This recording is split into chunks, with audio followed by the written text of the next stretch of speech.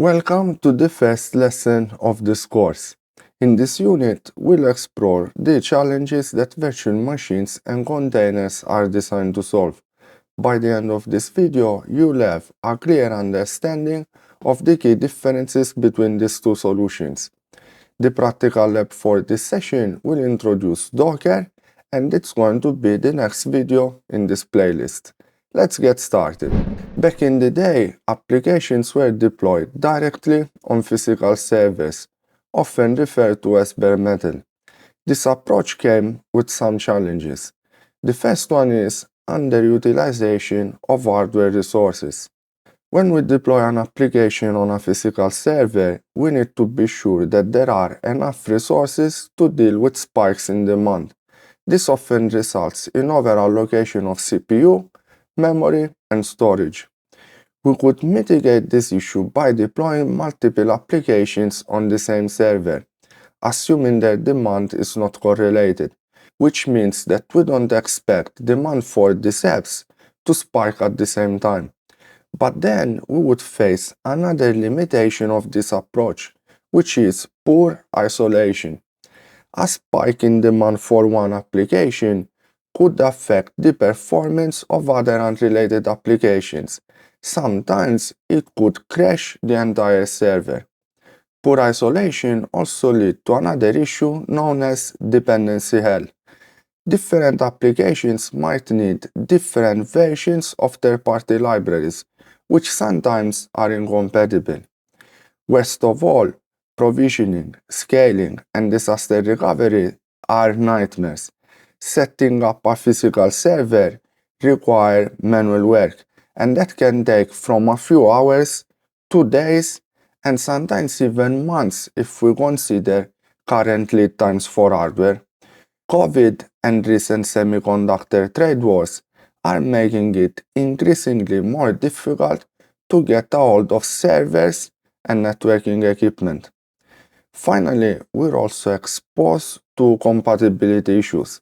Software that runs perfectly on one particular server might fail to run on another with a different hardware configuration.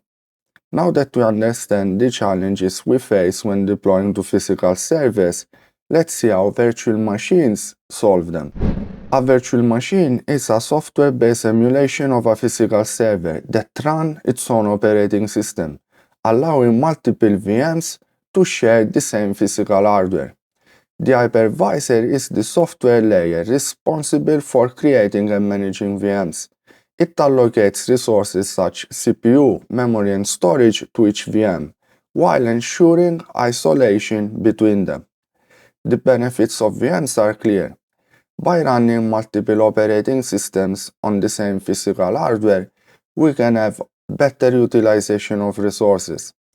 The resource isolation between VMs ensures a fair distribution of resources among applications, while the isolated operating systems allow each application to have its own set of libraries, mitigating to some extent dependency hell.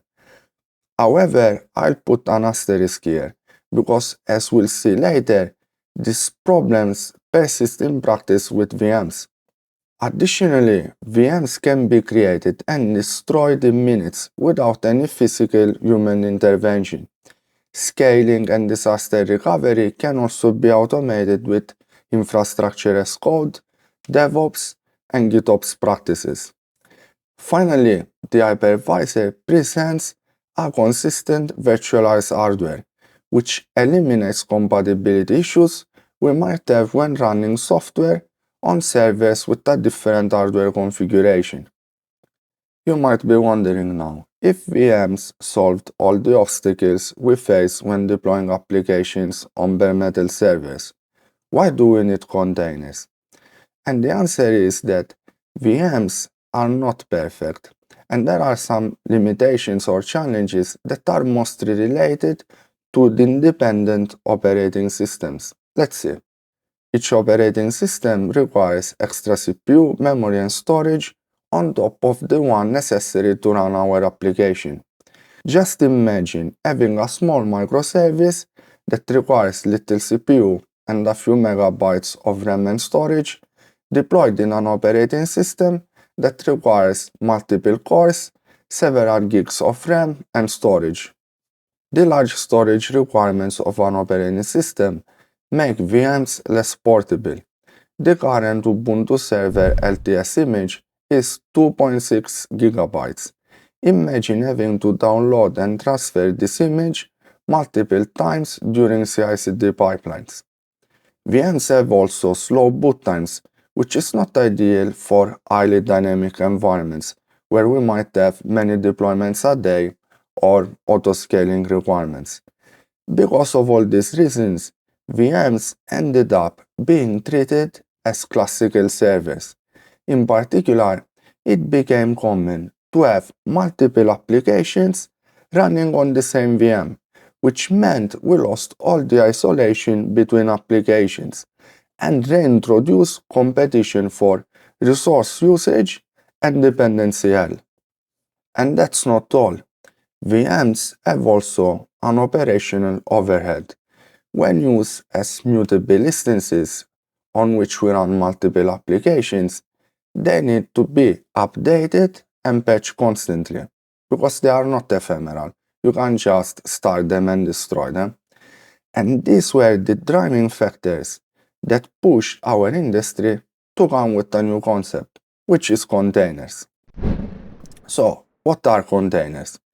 Containers are another form of virtualization where applications are executed in isolated environments running on a shared kernel on an operating system. The key advantage of containers is that they don't include a full operating system. Instead, they package the application and its dependencies into a portable, immutable file called image. In other words, containers are processes that run on the same operating system kernel but are isolated through some technologies like C groups and namespaces. C groups ensure a fair distribution of resources between processes, preventing resource utilization spike in one process from negatively affecting other containers or applications. Namespaces provide separate environments, giving each container its own set of process IDs, network interfaces, users, storage mounts, domain names, and inter-process communication queues. Containers also start in seconds because they don't require to boot an entire operating system. And when we compare containers side by side with VMs, it becomes clear how containers address all their limitations.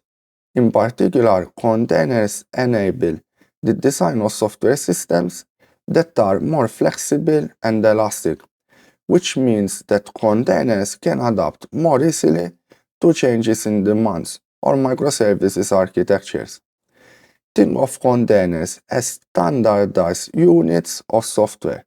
They are smaller than VM, faster, and far more portable, making them perfect for modern application development.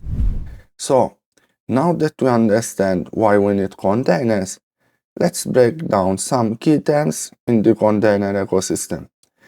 The first thing you need to know is that a container image is a lightweight standardized package that contains everything needed to run an application.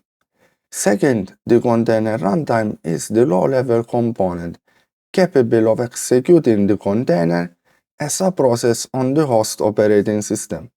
The most famous of them all is Containerd. And finally, a container engine is a set of tools that allow us to manage containers and interact with runtimes.